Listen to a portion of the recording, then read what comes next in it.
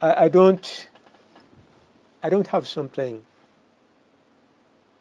brand new to share today. Again, most of the time when I come these days, I'm saying the same thing because it's like we often find ourselves going back over things that we have looked at before. But I really appreciate how our Father always gives us sometimes a different perspective, sometimes a different emphasis that helps to lift our spirit and to lift our understanding. And, that's really all we ask for day after day, week after week, because there's a verse in the Bible that says there's nothing new under the sun. And that's true in a way, but there's also a verse that says that every scribe that is instructed for the kingdom is like a man that brings things out of his treasure, both new and old. So, everything is a little bit relative. You have to understand what it means in context. So, there's nothing really new, but God brings old things to us with new insight, new understanding. I suppose that's the way to explain it. Anyway, today I want to entitle my presentation The Ultimate Why. The Ultimate Why. I thought about my topic quite a bit. I tried different titles. Sometimes, well, not sometimes, maybe all the time, the title you give to a presentation is important because sometimes the very title is helpful in getting people to understand what it is you really want to say. And so I tried different titles, and finally I ended up with this, a little awkward type of title, but I think it's important. I've entitled this presentation, The Ultimate Why. Now, just to give us a little bit of context to my title, I think one of the first questions that any child ever asks, maybe I'm wrong, but as far as I can remember, I've had 4 of them, and I grew up in a family of 10 children. I was number 3, so most of those who came afterwards, I watched them from the day they were born.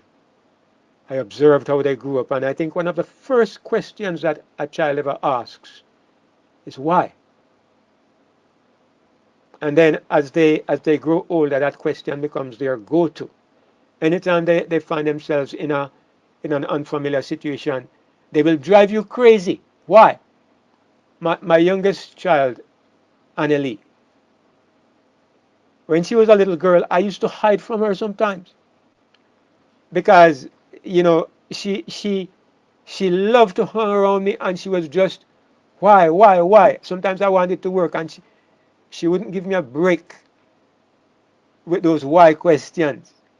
Sometimes I literally ran away and hid from her for a while she searched, just as a kind of game. But sometimes I really had to find a place where I could get away. And I know parents, you're familiar with it. All the children like to ask questions, but there's that one sometimes who just sticks on, and they pester you with that why.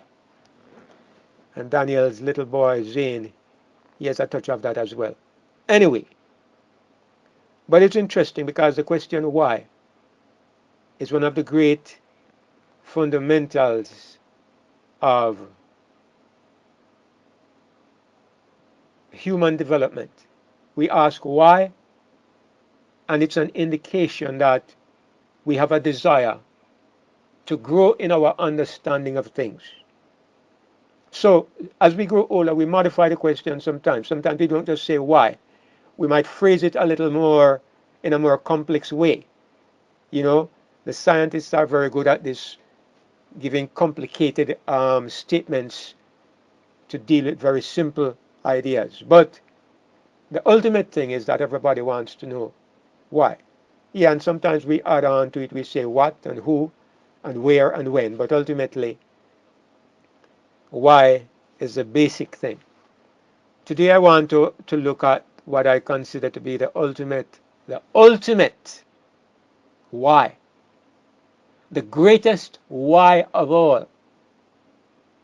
And I believe, having considered this for a few days, I'm concluding that this why is the only why that really matters. That this why is the why that answers all the important questions of life. So I'm going to go to my slides, my images, my slides, and I'm going to use it, as I often do, as I like to do, as a basis for what I want to share this morning. So let me go ahead and share my screen.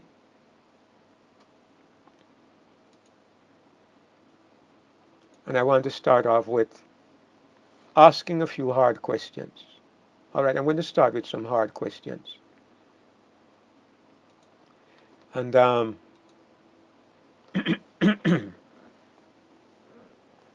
going to ask these hard questions because these are questions that we encounter all the time.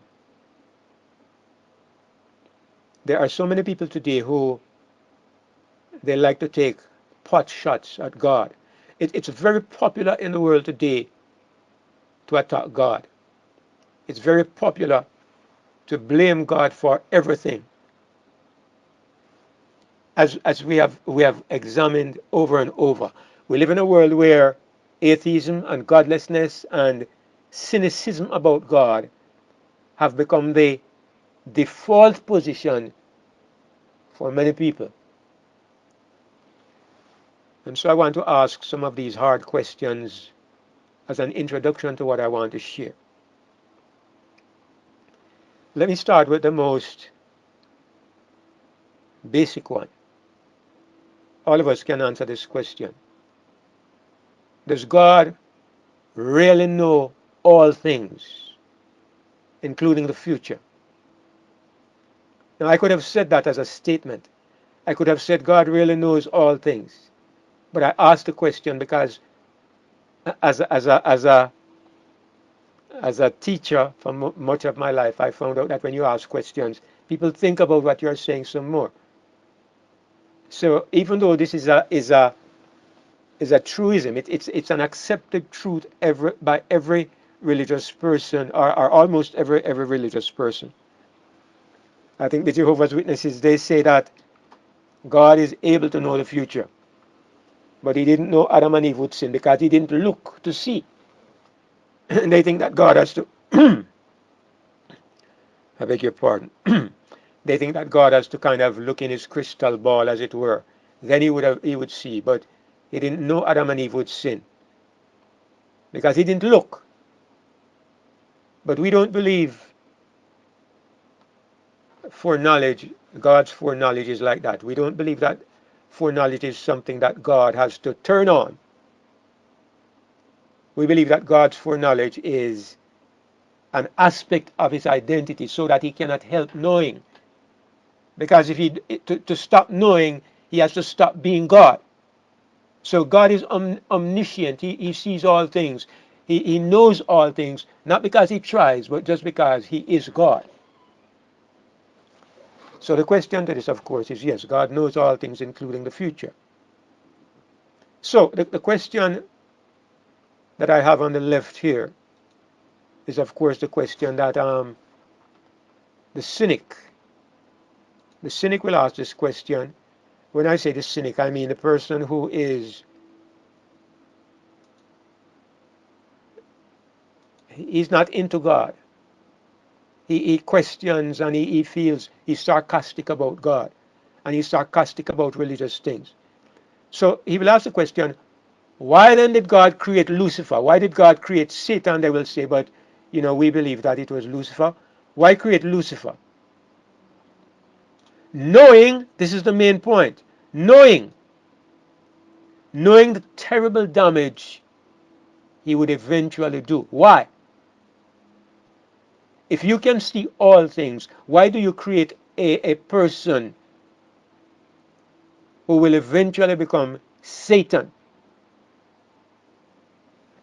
This is one of the hard questions that Christians face sometimes. And a lot of the time, Christians don't know what to say. They kind of approach it like how some people approach the Trinity. They say, well, God, there are some things that only God knows the answer to, but we trust Him anyway. And it's good if you have that attitude. But for somebody like me who was always asking why, I was a why person. I even wanted to know when I was a child, I wanted to know, where did God come from? Why did God create me? I built all kinds of fantasies in my mind to try to answer those why questions. For somebody like me with a mind that desires answers, to tell me that God knows best and to leave it there, it's very unsatisfying. I would like to have something better to give to those who are skeptical of my faith. See, the Bible tells you clearly.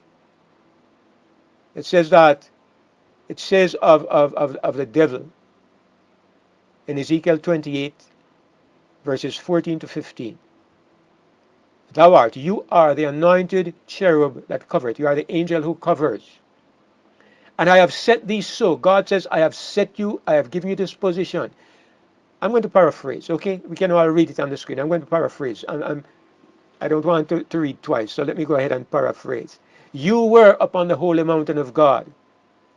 You have walked up and down in the middle of the stones of fire. Here's the point. You were perfect in your ways from the day that you were created, till iniquity was found in you. So, here it says that God created this angel, and he was perfect from the day that he was created. But then there came a day when iniquity or sin or wickedness was found in him. So, we will always say, notice that it does not say that God created him wicked. God created him perfect, but then iniquity was found in him. Somehow, some way, sin or iniquity arose inside of this person. But the question still arises. Didn't God know that it was going to happen? We say God created him perfect. But didn't God know that that perfection was going to turn to corruption? Didn't God know that at some point in time, by some twist of circumstance, because everything was good, in this good place, something evil happened inside of Lucifer? Didn't God know it would happen? And so the question is, why didn't you just avoid all of this? Why didn't you just avoid creating that particular angel? Why didn't you make somebody else in his place? Or there are other alternatives too. This is one of the questions that, if you ever have discussions with skeptical people, it's one of those that is almost certain to arise. They will tell you God could have done better. They will tell you that God could have avoided what we see today. And so they question God's character. Another question. Why put the tree in the garden, knowing that man would eventually eat of it? Didn't God know that Eve would take the fruit? Okay, yes, God put Eve in the garden. God put them in the garden. But why put a tree? Why put a tree in the middle of the garden where they were sure to encounter the tree, where they were sure to see the tree? As a matter of fact, not only that, why put any tree there at all? Why not just put them in a garden without a tree and leave it there? This morning while I was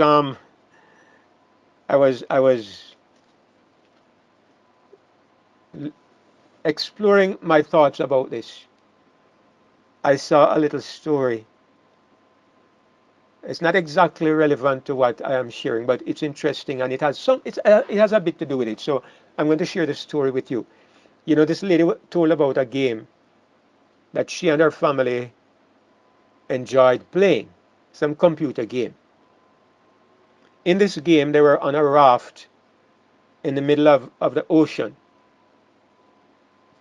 They were sailing around on this ocean, and there was a shark in the water.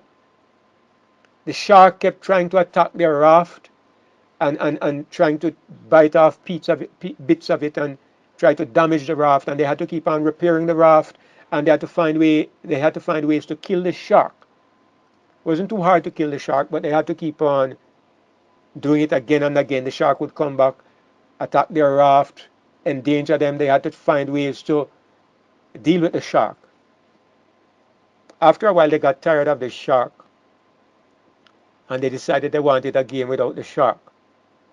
And so they restarted the game, and they went back to another level where there was no shark. And so they were in this game, and for the first couple of days it was really happy. There was no shark. By the third day, they were horrified. You know what? They spent the whole game just sailing around on the ocean with nothing to do. There was nothing to do but sail on the ocean. They lost all interest in the game.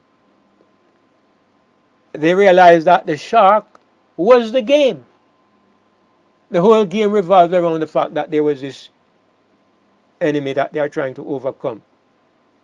So they quickly went back to the game with this annoying shark in the game. And as I said, it's not directly related to what I want to share today, but there is something there to think about. That in this planet, in the situation that we find ourselves in today, the shark is good. Because without the opposition, God said to Adam and Eve that from now on the ground will bring forth thorns and thistles. The ground is cursed for your sake. From that moment that sin entered the garden, from that moment, their fight to survive, their struggle against circumstances was one of the things that would make living meaningful. It was one of the things that would give them a reason to keep on struggling and fighting and living. In this world, you stop fighting, you die. It's one of the things that I notice quite often. One of the reasons why I plan to never retire. I noticed that as soon as my friends who stayed in the teaching profession, they're at the age of retirement now. They retire, or Jamaicans who go to America or England to make their fortune. When they get to about 70 or 75, they retire from their jobs. They buy a big house, they build a big house in Jamaica, and they return home. You know what happens? For a high percentage of them, the year that they come back is the year that they die. They come back home and they die because they don't have anything else to live for. I mean, it's not true of everybody, but I've seen so many of them. I see so many people, they retire from their jobs. They say, time to relax now, put up my feet. And they just die. Because they stop fighting, they don't have a reason to keep going. And one of the things I give God thanks for every day is that as I grow older, my desire and my intention to fight more battles and win more battles and to ascend new heights, to learn more things, to do more things, it has not diminished in the slightest degree. I praise God for it. Because I know that when you stop, when the shark disappears from the water, you don't have a reason to exist anymore. Anyway, as I said, it's a little bit beside the point in terms of what I have to share today. But the question is there.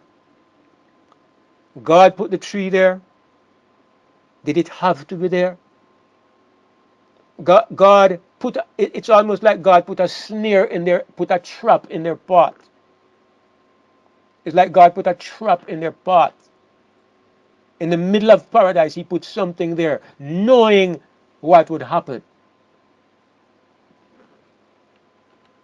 That's one of the hard questions. The whole sequence is there. Genesis 3, 6 to 8. The woman saw that the tree was good for food, pleasant to the eye. She took the fruit, she ate it. The husband and the wife, they both came to realize that they were naked, and they hid from God. They hid from the presence of God among the trees of the garden. We know the rest of the story, all right? I don't even think this captures what happened with Adam and Eve. Tears, a few tears, I don't think anything could describe. There's a poem I read once, it starts like this. There is no sorrow like the sorrow I felt since I left Eden. One line of a poem. There's no sorrow like the sorrow I felt since I left Eden. None of us have ever been there. We can't imagine it. But I suppose when Cain killed Abel, they felt something worse. But can you imagine what it was like that first day out of Eden? Or maybe the first week, because sometimes on the first day, the shock prevents you from really understanding what has really happened. 1 week later, they no longer see God every day. They now are finding that they have to struggle to survive. Can you imagine? Why did God allow this to happen? Why? And the question is always there. Couldn't you have done it a little differently? Couldn't you have done a better job? The skeptic will say. Why create a universe in which pain, suffering, and death are possible? And this goes back to the most basic question. Why create a universe? Not just Adam and Eve now. Not just Lucifer. Because the way the universe is designed, you might ask the question, could not God have designed it some other way? When you think of the fact that God is God, the power of our God and our Father, there are many possibilities. God could have designed a universe where fire does not burn, and where water is not wet, and where we don't breathe air, and where we don't eat food. He could have designed it in a billion different ways because he is God. He could have designed a universe where evil was never visible or never present. He could have done it. Why create a universe where these things are possible? So this is maybe the question that a lot of people who are skeptics and atheists, these are the questions they love to ask. You encounter this.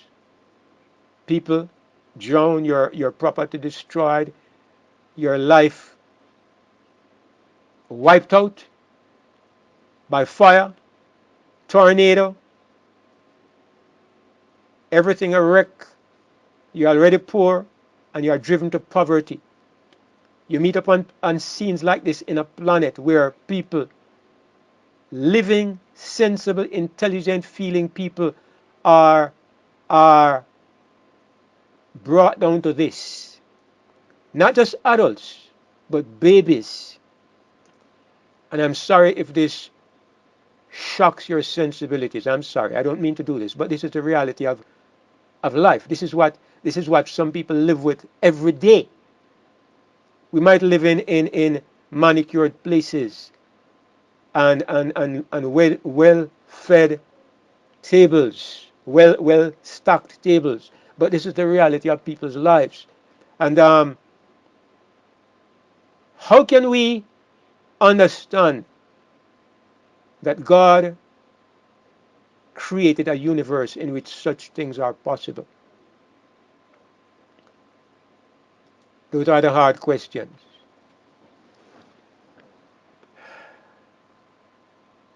Maybe, not maybe, it's these kinds of questions and these kinds of perspectives that cause people to label these things as acts of God, you know. Even the insurance company will say that, they will pay They will pay for certain kinds of disasters, certain things they consider to be acts of God.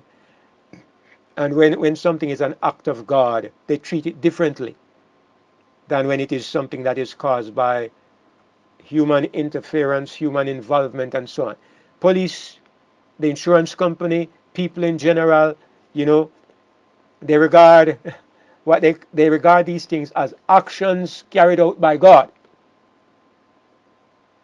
And so, not only among skeptics, atheists, unbelievers, but people in general, they tend to even attribute anything that is negative, anything that is destructive to God, and they actually label it officially in the dictionary as an act of God, something that God perpetrates, something that God carries out. So I'm really asking those underlying questions. Why? Why did God design a universe? Why did God design a world like this? Why did God design what seem to be traps for the human race and even for the universe in general?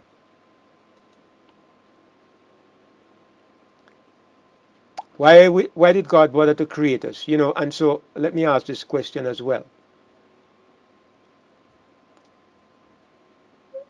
If you were in the place of God and you knew that if you created human beings, they were going to experience what we just looked at: fear, torture, and we didn't even look at 100th part of the suffering that goes on in the world. You knew that all these things were the certain result. You knew because you know the future. You know that little babies are going to suffer starvation. They're going to suffer all kinds of perverse actions. Some of the things that we have seen, I won't even mention some of them here because they are too horrific to repeat. You have seen things that people do to people. You have seen things, there are so many times when the stories come out of children who are burned to death in fires. Torture, rape, looting, brutality, all kinds of things. In addition to the activities of nature, fires, tornadoes, hurricanes, vast destruction. Wouldn't it be easier to just create nothing? If you were God, and you even say that there are circumstances that make it necessary that these things happen in creation, wouldn't it be better to just never create at all and leave things the way they are than to create a universe which is exposed to these kinds of things? And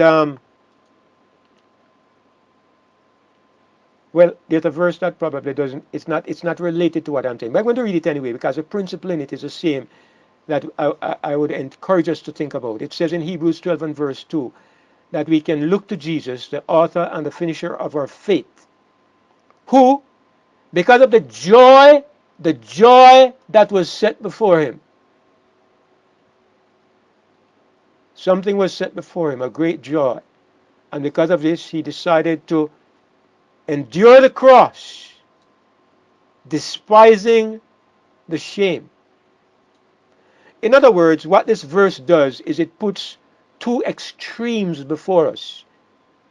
It's not related to what I'm saying, but the principle is what I want us to look at. There was before Jesus a prospect of great happiness. And this prospect of great happiness was so great and it meant so much to him that he decided to bear whatever it took in order to obtain that joy. In his case, what it took was the pain of the cross, the suffering of the cross, and the shame of the cross, and the scorn, the contradiction of sinners against him. And he endured all of this because he was living for the joy that was before him.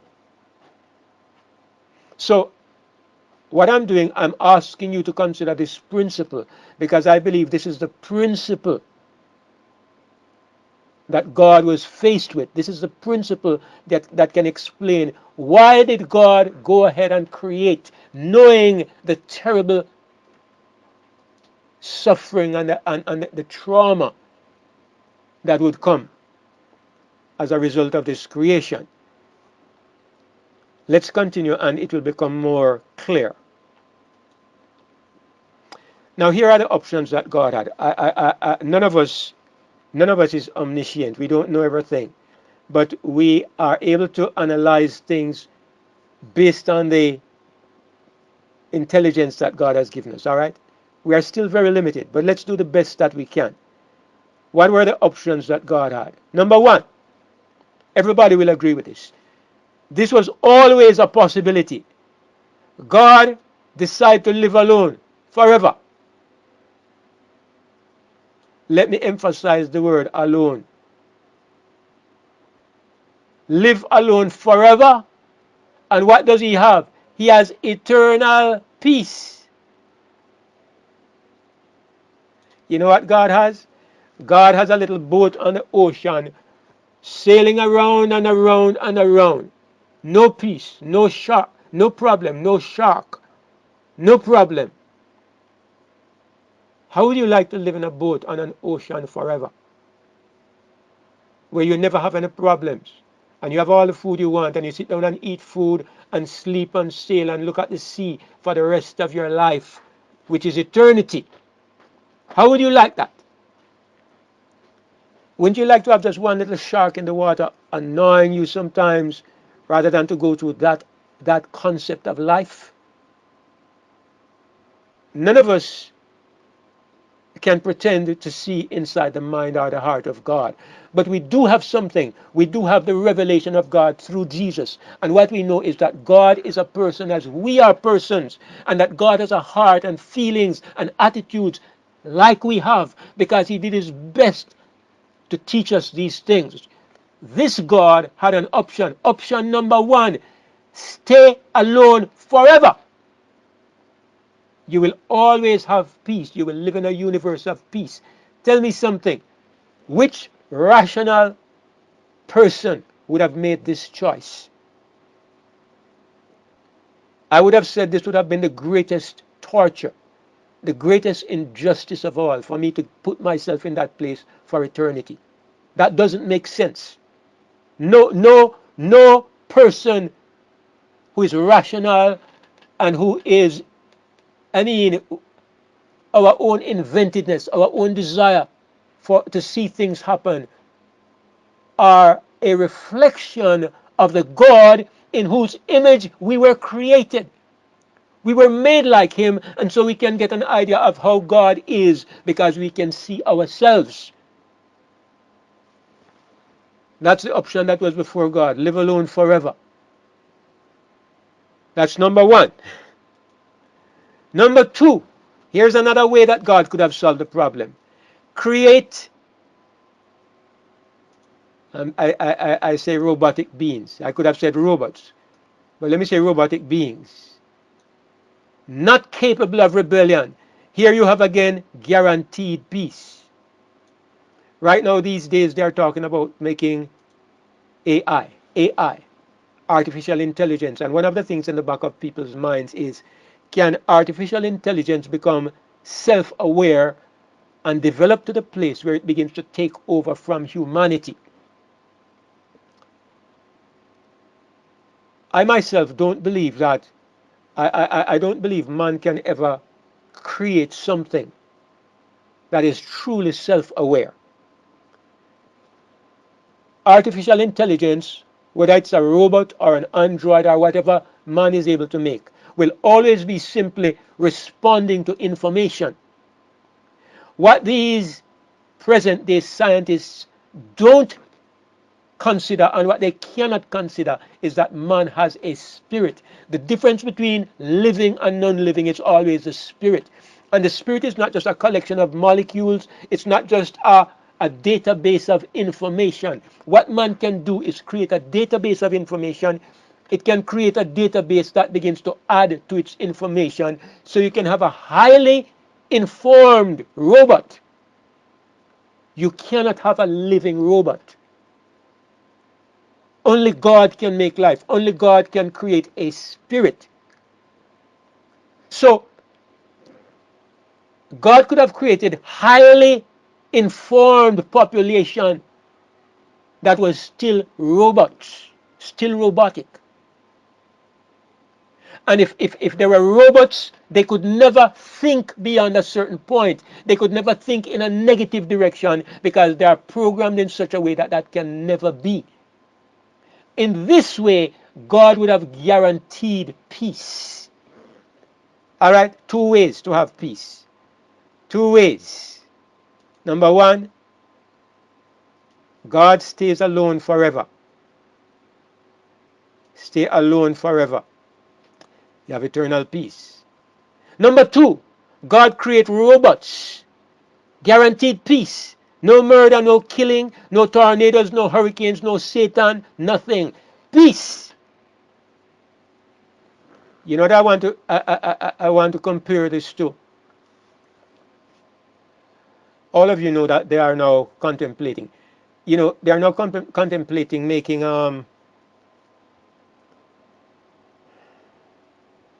female companions. Someday they hope to be able to make, well, I guess male too, right? Maybe it's more interesting for men. They're hoping to be able to make androids, which are robots that may have synthetic human bodies that can act as companions. Females, of course, for the men, and maybe males for the women. They hope to be able to do this someday in such a way that they become even sexual companions. The dreams of humanity are on the border. I don't think on the border of lunacy. They're at the place where they're about to rebuild the Tower of Babel. They're about to rebuild the Tower of Babel, or they're not about to. They are in the process of rebuilding the Tower of Babel, and it's very sobering. But if you, I saw a video where there's a certain gentleman. It could have been in Japan or one of these Asiatic countries. They're making these sex dolls now. They're not yet android. They can say basic things like, "Hello, how are you today? How are you feeling? Would you like a little?" They can speak, but they can't move about. Okay, and men are buying these sex dolls that have been made with the female parts. And there's a man who has married one of these dolls. I saw a video presentation with it. And the rest of us, we know that this fellow is sick in his head, right? He's sick in his head. The thing is that, what can you get out of a doll who just parrots what you want to be said? What satisfaction can you have? You are mentally unbalanced, and the time is coming when you are going to be at the same intellectual level as that doll, which is at zero. You don't grow, you don't develop, you have no companionship in that kind of situation. It is sick people who desire that kind of companionship. If you look at option number two is bringing God down to the level of those sick people who find fellowship and enjoyment in mindless companionship. Neither option number one or option number two makes sense if you are an eternal being. You live alone and you live forever. And you look at the options before you, and here are one and two, and none of them is acceptable. I'm hoping that we can examine this in such a detailed way today that you will never have any doubt in your mind that this is how it had to be. God had only one option rationally. There was only one option for God that we can see clearly, because I know that we understand these things basically, but the more we delve into them, the stronger our faith and our conviction in what our God is and what He's doing. The more committed, the greater our commitment to His cause and to what He's doing. As we understand better, we ourselves are more committed, if you see what I'm saying.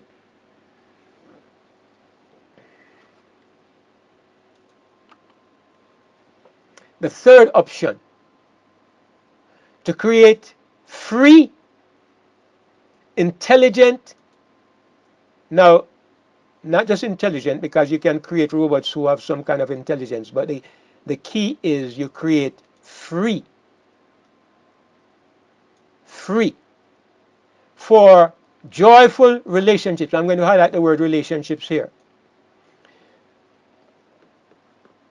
But with freedom, when you talk about freedom, the possibility of rebellion arises. You never create freedom without the possibility of rebellion.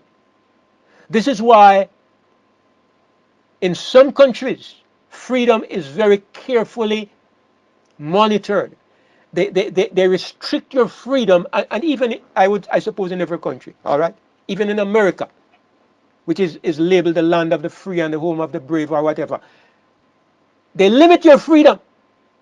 Right now they are taking away the freedom to bear weapons without restriction. There are certain things that they don't give you unconditional freedom because they're afraid of the possibility of rebellion.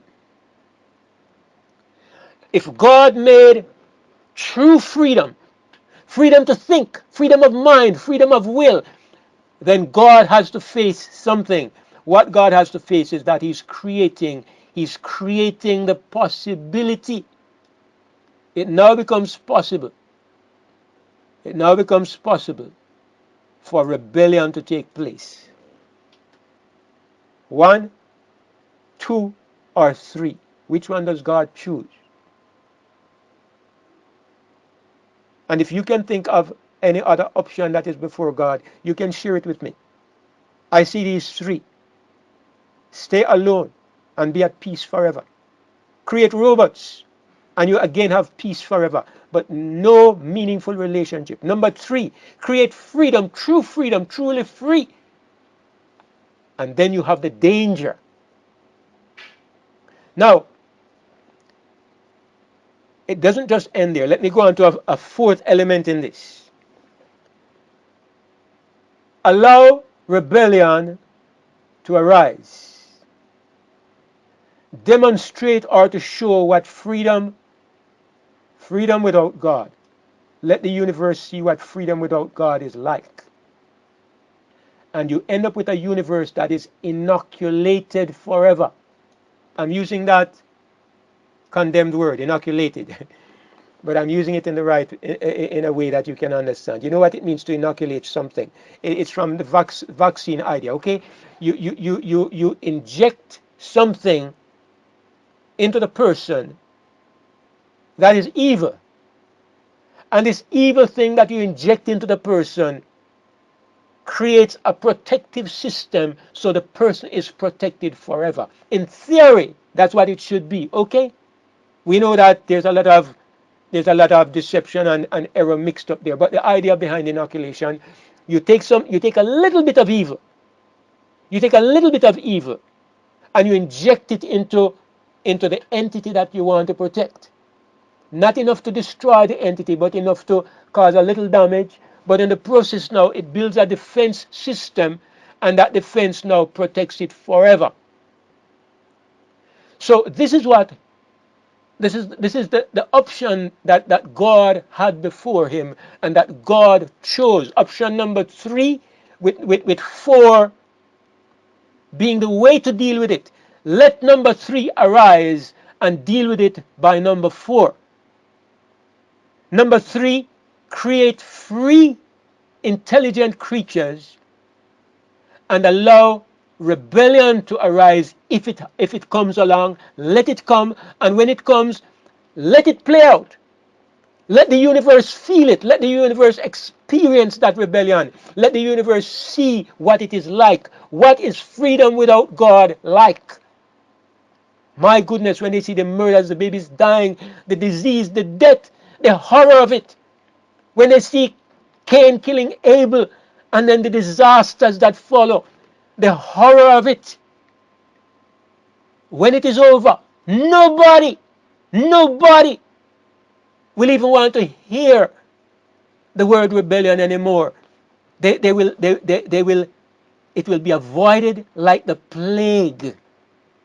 Not because somebody warns them against it, not because somebody sets a barrier, but because their own hearts and minds have seen for themselves.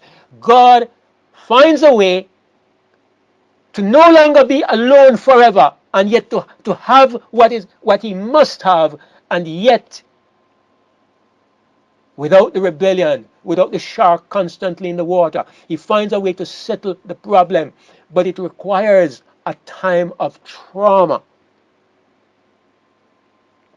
We just happen to be in that time of trauma, brothers and sisters. For me, 6,000 years has been forever. I've only been around for 72 of those years, but I imagine the universe might have existed for 1,000,000 years before that, or maybe much longer. I am just at a little spot in time. I happened to enter the scene at this place in time. And I consider myself privileged, because I'm one of the actors in this great drama where I'm helping to settle this question for the universe forever. I'm in the middle of it. I'm feeling it. I'm experiencing it. I'm seeing what freedom without God is like. And every time you see those lunatics on the street parading and going around and displaying themselves and exalting humanity and exalting Satanism and criticizing God, know that they are simply a part of the process. It must take place. It must happen. And so we don't complain. We stand up with our God and we stand on his side. And we fight, because it is our battle as much as it is his battle. And we know it had to take place. There was no other way. Because none of us in God's place would have chosen to remain alone forever. It does not make sense. None of us would have chosen to remain alone forever. So God had to allow it, had to deal with it and settle it forever. A universe of beauty and peace for eternity. Why? Because of the darkness that went through before. It makes perfect sense to me. And I hope the rest of us can see that as well.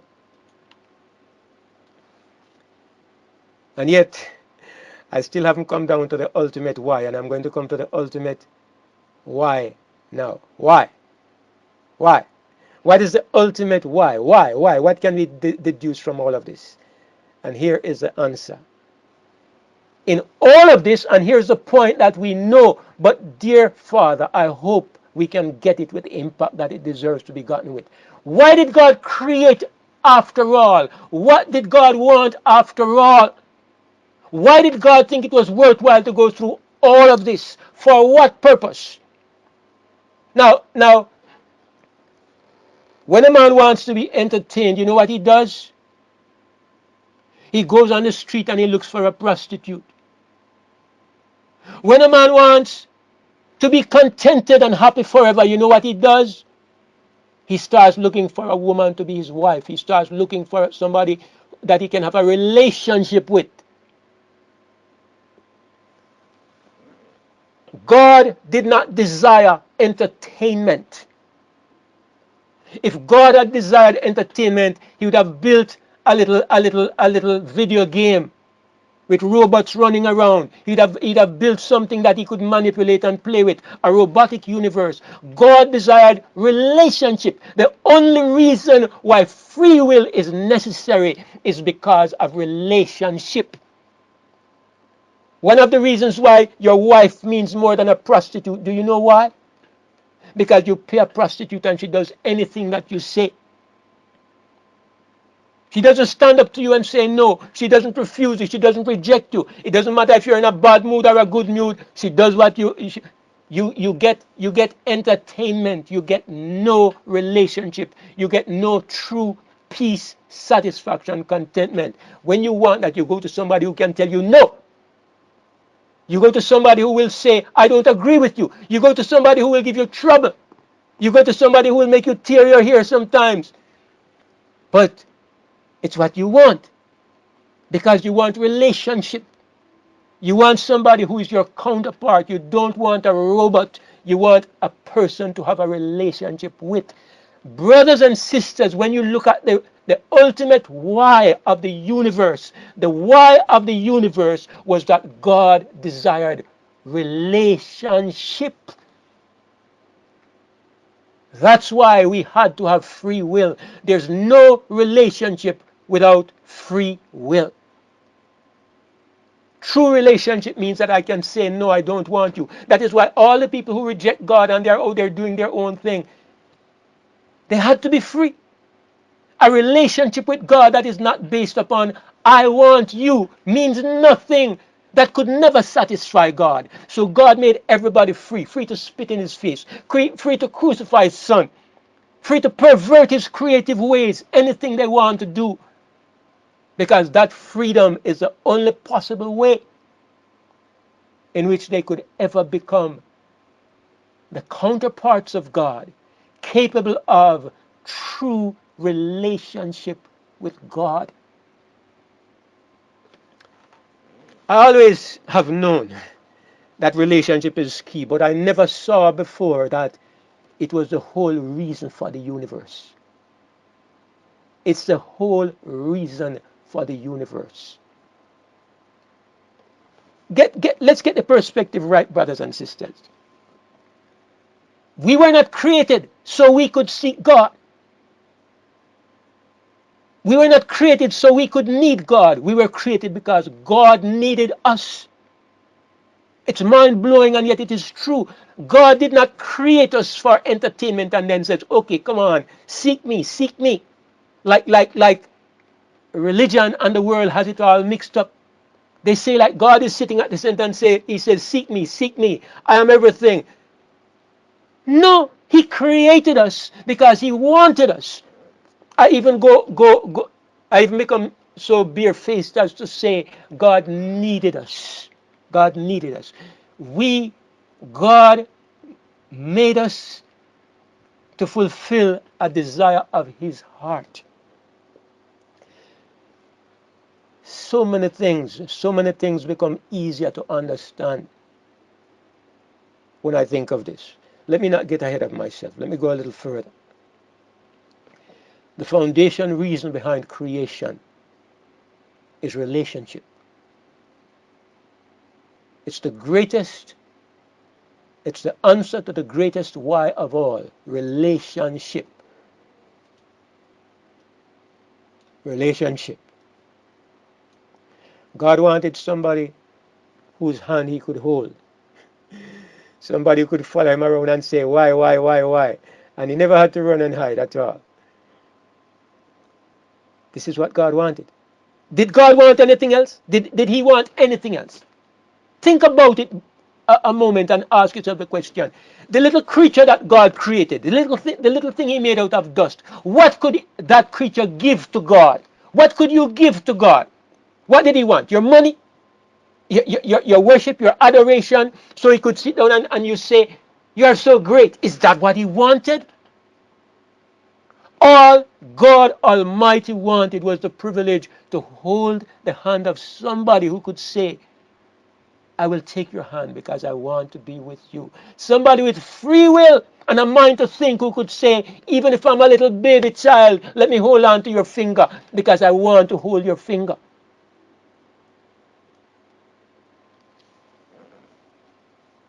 This is what God really wanted, nothing else.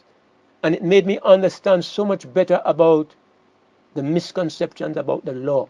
Like God says, I created you so you could be obedient. I created you so you could follow 10 rules. Nonsense!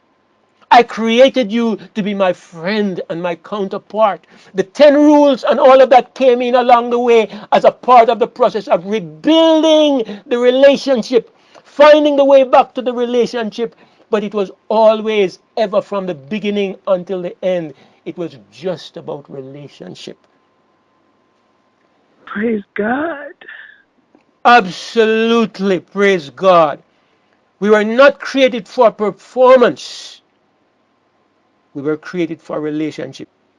Whoever thought that the great God Almighty was lonely, and that is why he decided to create you and me? Whoever thought we were created to satisfy the loneliness of God? I know the thought might come into some minds, maybe not the minds of anybody here, but some people might think, you're presumptuous. How could God want you?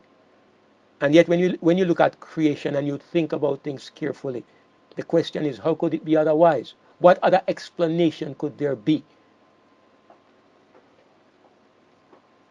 This is the beginning and the end of all that the universe means. That everything is about relationship. We were made for him. The reformers who wrote the Westminster Confession, they wrote the words, we are made for him, and our hearts are restless till our souls find rest in him. Okay, I didn't write it out exactly as it is, but something like that. The conclusion: in fellowship with God, I have arrived at the end of my journey. Some time ago, I think I did a presentation entitled, "The Journey is the Destination." Absolutely. When you have entered on this journey of walking with God in Jesus, you have arrived at the end of the road. The mistake many Christians make is that they believe that once you become a Christian, you begin the journey. No!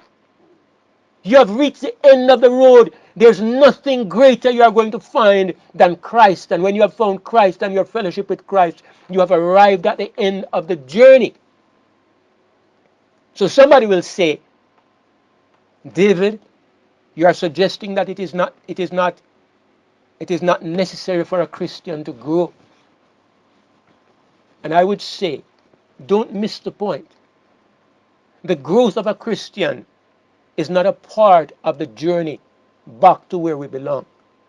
The growth of a Christian is a part of the journey that you want to glorify your Father. You want to be in his business. You want to do something for him. The journey for me personally is over when I've come to Jesus and I have a relationship with him. That is where God wanted me from the beginning. That is why God created me. I was created for a relationship, not for performance. I was not created so I could be a good worker. I was not created so I could be an obedient model. I was created for God's friendship.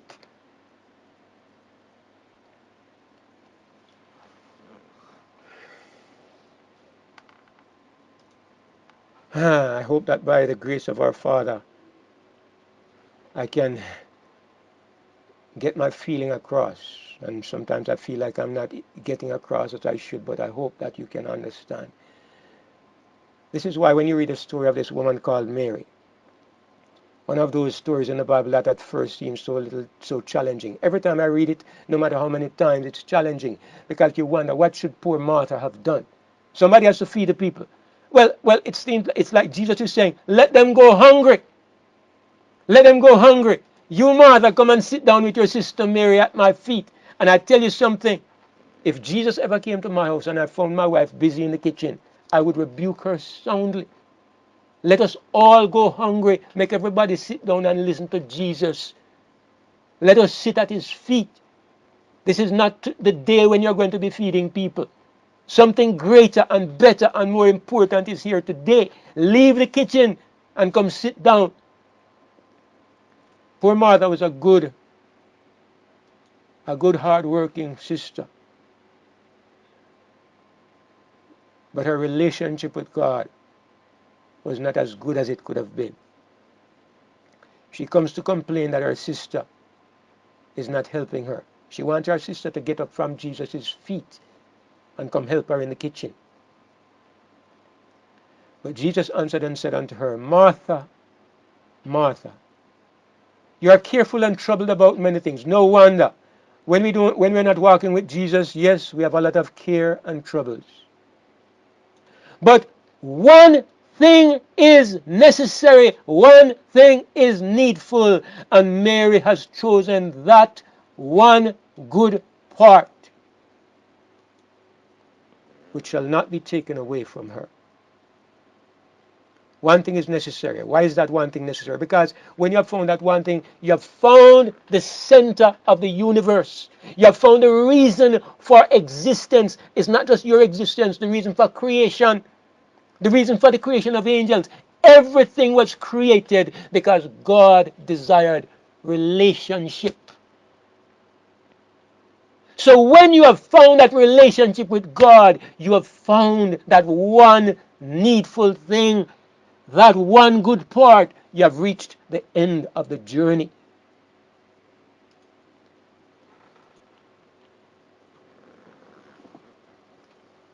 Martha had found that good part.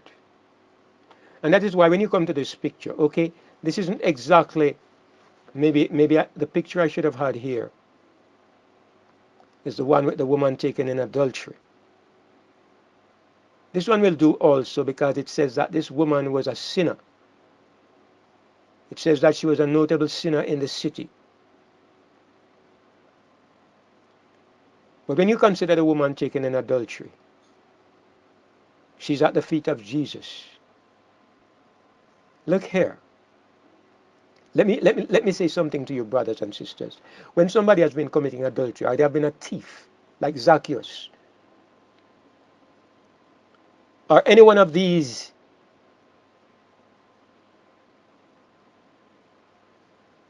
publicly despised sinners who came to Jesus,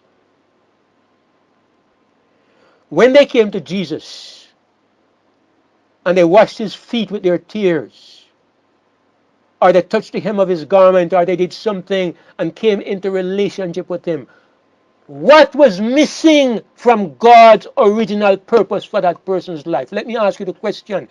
God's original purpose for that person's life, what was that purpose? Not performance, but relationship. Now that the woman has come into relationship with Jesus, what about her bad performance of the past? Does that matter?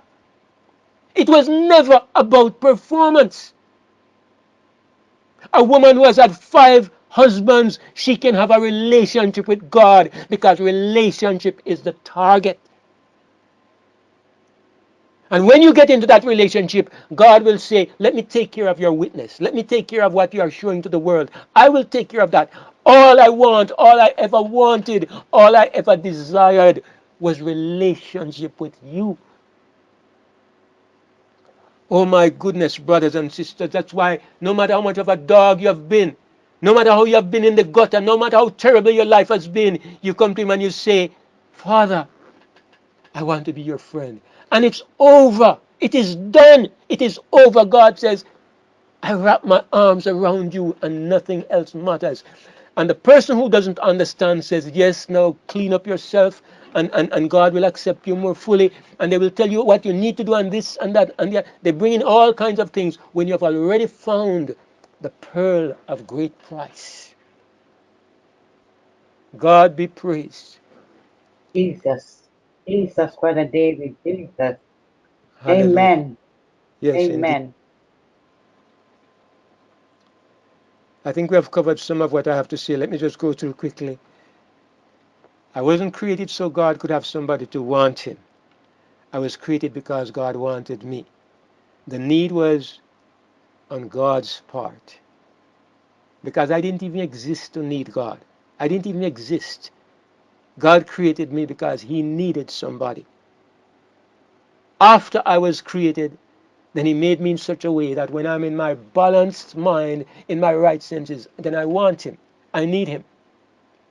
But he didn't create me so I could glorify and boost him and lift him up. No. He created me because he needed somebody. Like I remember when I was, I don't know what this strange thing is. I was about 25, and I heard my brother was married and he had a son, and I heard his son come to him and say, Daddy, can I have something? I don't know. I've never heard any man say this before, but when I heard that little boy say, Daddy, something moved inside of me. I was about 25 at the time, maybe, or 24. And something moved inside of me, and a, a question came to me. Will I ever have a little boy to call me Daddy like that? I never knew there was a father instinct inside of men. I never knew. I know I heard a little boy say Daddy, and something inside of me wanted a son. To do what? To give me trouble. All the heartache my children have caused me. Even until today, I still have some heartaches. Why? Was that what I wanted? No, something inside of me, maybe put there by my Heavenly Father, desired a relationship with somebody else, a son of mine. All the trouble that it might come, all the problems, all the challenges, I had to work harder to maintain my 4 children than if it was myself and my wife alone. But I embraced it. I wanted it. We suffered together. We went through trouble, hardship, difficulty, everything together. And what mattered was not the challenges we had, but that we were together. That they could hold my hand and I could hold their hand. And I could feel that they needed me, and they could feel that I needed them. Relationship was what it was all about. I remember when my last, I am sentimental. Maybe I'm not as tough as some people I know, but I remember when my daughter Annalie, we were close, as you can tell, but when she left the home, when she got married, and she left the home, all my children were sleeping in one room. So I worked hard. I built a room for my daughter. We built a room. We built a room for for my other son. By this time, Daniel was gone. My wife is quarreling that I'm talking out our private business. But anyway, when she got married and she left, I went to her room and I looked in the room that I had built for her, and I looked at the room and I realized she was never coming back home. And I stood at the room door and a few tears ran down my cheek. Why? You have one of the burdens gone. I mean, that a lot of people I know will think, another one off my hands, so now I can go and I have life a little easier. Maybe I can understand God a little better because in some ways I have that kind of heart. For me, the relationship, knowing my children were at home around me, my family is around me, even today, I'm so thankful that every Sabbath evening, this evening, Daniel will be here, Annalie will be here, Dave will be here.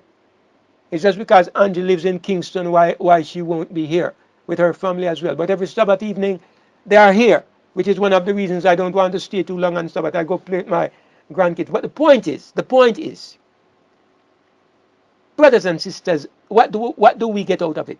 Relationship. Relationship, that is it. There's nothing more. It's relationship. That's what makes the world turn around. That's what makes us contented and happy. God made us the way He is. And that's what our God wants. That we gather around Him and we sit down and we hold His hand and we enjoy His company and we just bask in his company. And some of us may be a little more stubborn than others, and some of us may be a little tougher in our heads. We take longer to learn, and it doesn't matter because we are His children. And this is what God wanted from the beginning, and it is no different today. This is why when He made a way for us to come back to Him through Jesus. And when we have found that place, we have found the end, the goal of life. I am the object of His desire. So God didn't make the way hard for me. by creating a law so the way could be tough. All of that was a part of the process where he was bringing me back when the whole law system came in. God is not far away demanding perfection. He's not saying succeed or die. What a burden to place upon your children. He made a way to save us that is simple. Just our decisive decision. Not by gradual evolution. Not a hard, long journey. But God says if you will make up your mind and accept what I have to give, my children, I've made it easy for you. Brothers and sisters, it gives such a meaning to my life. It gives such a meaning to our lives, such a purpose to our existence.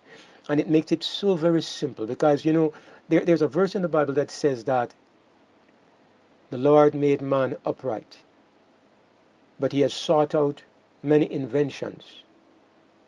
And I would apply the same thing to the question of our purpose in life. God created man for such a simple, beautiful, wonderful reason. And we have complicated it so much. Our religious forefathers, our religious leaders have made it so complicated what religion was about. Ultimately, it was so beautifully simple. Anyway, I've been overly long today, and I am going to end at this point. My prayer and my hope, really. I feel strongly about what I've been able to share today.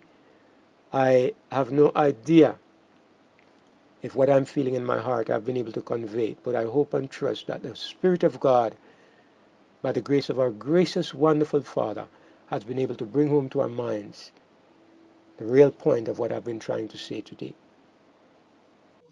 So I just wanted to